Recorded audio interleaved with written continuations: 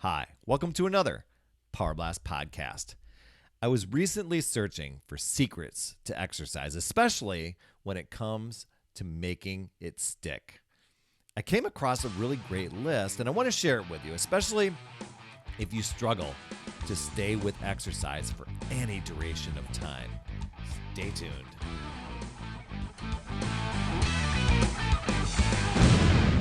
Hey there, my friend Perry Tinsley here, creator of the Power Blast podcast, The Power of Possibility, Passion, and Purpose. And as I'm preparing for my podcast week after week, sometimes I'm doing interviews, sometimes I'm doing a topic. I was researching for a topic and I think I was just looking for a motivation post. And I'm like, man, what do the pros out there? Are there any insider secrets that people know about making fitness stick? Now, a lot of times we think just do it, right? But I just started doing some research. So I Googled, what do health and fitness pros have to say about the hidden secrets, if there are any, to making fitness a part of a healthy lifestyle?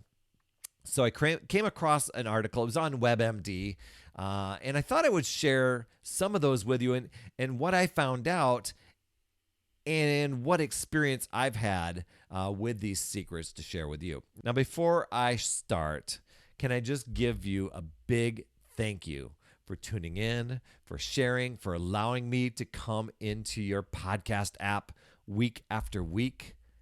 You are absolutely amazing. Thank you so much. And a shout out to you if you're watching this on YouTube. Make sure you got to do a little plug and to make sure that you hit the subscribe button and smash the notifications button. That way you'll be alerted each time a new episode gets uploaded. But thank you for tuning in week after week. You absolutely are amazing. Okay, so workout secrets to make fitness stick. I love the first one because that was a big discovery for me. It's be consistent. And a lot of times people say just do it, but we want to make sure that we're being consistent. The difference between the success that I had and what others, maybe who have struggled out there, and I know I struggled year after year, it was a big game changer for me, was I just showed up each day, no matter what. I created I followed a fitness plan, and then I also gave myself what I call a no matter what plan for those days that I was off track.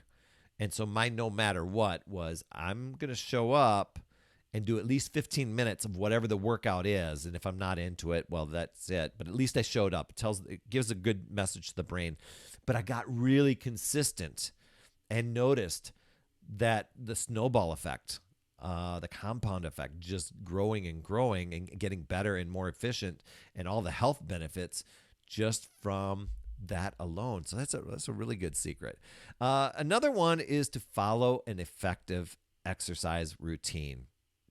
I agree. Mine was a combination: strength training, interval training, some increased cardio aerobic sort of thing, some flexibility in there.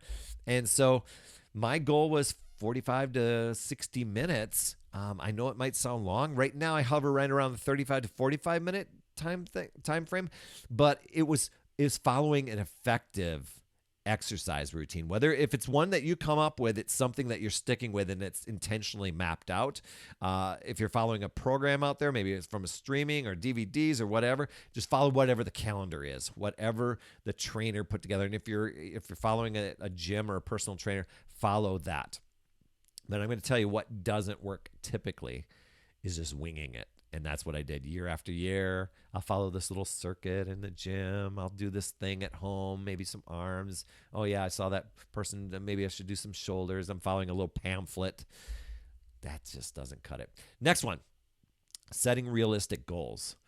I know we want instantaneous goals. We want to lose the 50 pounds, the 100 pounds. But don't worry if you can't hit that right out of the gate. Don't worry if you can't run the 5K right out of the gate. It's making it a habit. It's being consistent and just knowing what you can do and showing up for what you can do. And walking the 15 minutes a day, adding more time as you go along. Sometimes people will be able to hit their goal and then hit it really pretty efficiently, but they never challenge themselves to push a little bit harder, to add a little bit more, to pick up their step. They just lock themselves into a box and say, "Oh, that's my 15 minutes." It's picking up the intensity. So setting realistic goals. The next one is using a buddy system. I loved finding this list because I'm like, are these secrets? I've been preaching these for years, but if the pros say they're secrets and it's what's helped them with their clients, then maybe they are. Maybe I've been sharing secrets with you all the time. Using a buddy system, finding a friend or relative or a coworker, somebody that you trust who also wants to show up for their health and fitness and that you can partner with. It's maybe you're doing the workouts together. Maybe you're doing something virtual. Maybe you're just checking in through Voxer or Messenger or whatever, checking in with each other, for accountability, whatever it is. I set up a community.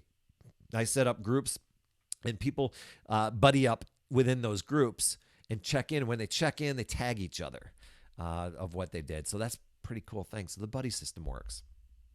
Next one is to make a plan. Make your plan to fit your lifestyle. So if you're too busy to get to the gym, make your plan fit your life. Like, for a lot of times, you really don't need a lot of fancy equipment or gear of any sort, or even a gym to get fit. You can make it fit into there. I've been chatting with a few people right now, and they're making the beach. They live near a beach, so they're doing running and intervals and doing different strength exercises at different moments along the beach. So there's those sort of things, opportunities in parks. Maybe I know another lady she's got 7 stories that are in her work building, and so she does the stairs. Next tip, be happy. I hadn't shared that one before, but it's picking an activity that you'll actually enjoy doing, and I do believe that. Pick something that you know that you can be consistent at. And something that's going to challenge you. It's going to be hard work. It's going to be tough. Some days might be a drag, but at least something that you're going to enjoy doing that's convenient for you to do. Going out and doing a big run may be great, but if you're in sub-zero weather for a good chunk of the time, that might not be the most realistic thing. Something that you don't do every day. You got to find alternatives. Maybe rock climbing's your thing. And it may be a great thing, but if there's nothing in your city that offers that, you're not going to stick to. So make sure it's something that you stick to, but something that you're going to be happy doing. This next tip said, watch the clock. I love this one. And what that meant was your body clock. Try to work out at the time you have the most energy. Now, for the longest time, I told myself this really wild story that I'm not a morning person. And so I could only do evening workouts. And so that's what I did. I felt my energy was at my peak, but I had an hour commute back and forth. When I would get home and let the dogs out, because I ran a dog rescue, get a few other projects done, I was kind of exhausted, especially after the unwinding of the day from a long drive. But I'd still go in and get my workout done. Then I tried to flip the script a little bit and see if I could free up a little bit time of the day. I'm like, I'm going to try this morning thing. I'm just going to try it for 30 days. If it doesn't stick, whatever. And I noticed something. When I started getting up a little bit earlier, here's the benefits of what it was. And while I didn't have the energy necessarily when I woke up, a cup of coffee did the trick. Now I do a little scoop of my pre-workout stuff and boom, I'm ready to go. So that dragging on about not being a morning person, that changes in an instant. But picking the best time of day when you have the most energy. What I found for my morning workouts was after I got my workout done, then the rest of my day had more energy to it. When I got home from work, there wasn't anything manipulating or taking over my day and keeping me from getting my workout in, and I wasn't procrastinating it. I already got it done. Now I went to bed a little bit earlier because I had that long commute. But that became my system. Now, I'm still a morning workout person. I try to get in the gym right around 7:30. Next tip is to get inspired. Yeah, I think there's something to, while motivation doesn't just come every day, you got to kind of motivate yourself. Action comes before motivation. A trick for getting inspired and getting motivated is to read blogs, tune in to podcasts, motivational videos from people that you that inspire you, people that motivate you. That's a great way to get fired up. And my last tip is to be patient. This is a tough one because being patient, a lot of times we face a lot of frustration with ourselves, and it seems to drag on, and nothing seems to work, and instant results don't happen all the time. And it just, when you follow these tips, there's going to be ups and downs. There's going to be setbacks and victories. And no matter how much I preach that to you, I went through the same thing. I couldn't wait to get to my goal fast enough. And I had to give myself grace. Even in 90 days, I had great results, but it wasn't exactly what I was hoping for. I was hoping for a little bit more, and I needed to keep going. And within a year, I was there.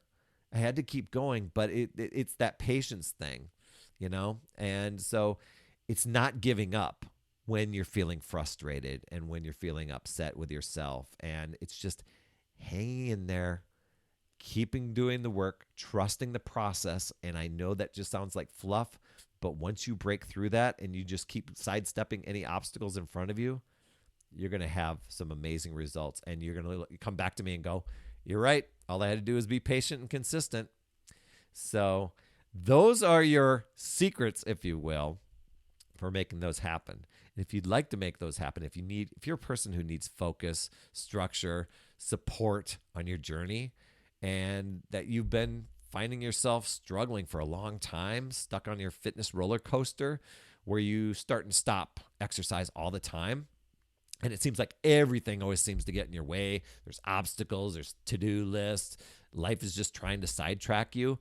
Be sure to sign up for my next 5-day workshop. It's free. We're just finishing up the current workshop. Sign up for my next one. The breakthroughs that people are having is amazing. Give me 5 days. You're going to crack the code on burning the stubborn fat, building the lean muscle, having the endless energy, no matter what plan, eating plan, fitness plan that you're following, whatever you want to choose. It's perfect. If you're the person that always starts and stops exercises, you're filled with excuses, you feel guilty and frustrated every time each year comes along, you haven't started and you failed at your fitness goals, or you're bummed every single time that you need to buy new clothing, and you're mad because the results don't ever come fast enough and you just feel too tired and have no time, but you need to do something, join me for the free 5-day online workshop. You can find that at upsidedownfit.com. That's all I have for this week. Thanks so much for tuning in. I appreciate you so much. Thanks for sharing and subscribing and leaving an honest rating and review in your podcast app. That helps other people discover this show so they can get value as well. And for those of you on YouTube, waving at you, thanks for tuning in into the video version of this show. Please be sure to subscribe, hit the notifications button so that you are notified each time a show drops. You absolutely rock, my friend. And as always, remember, it's never too late. We'll see you next week.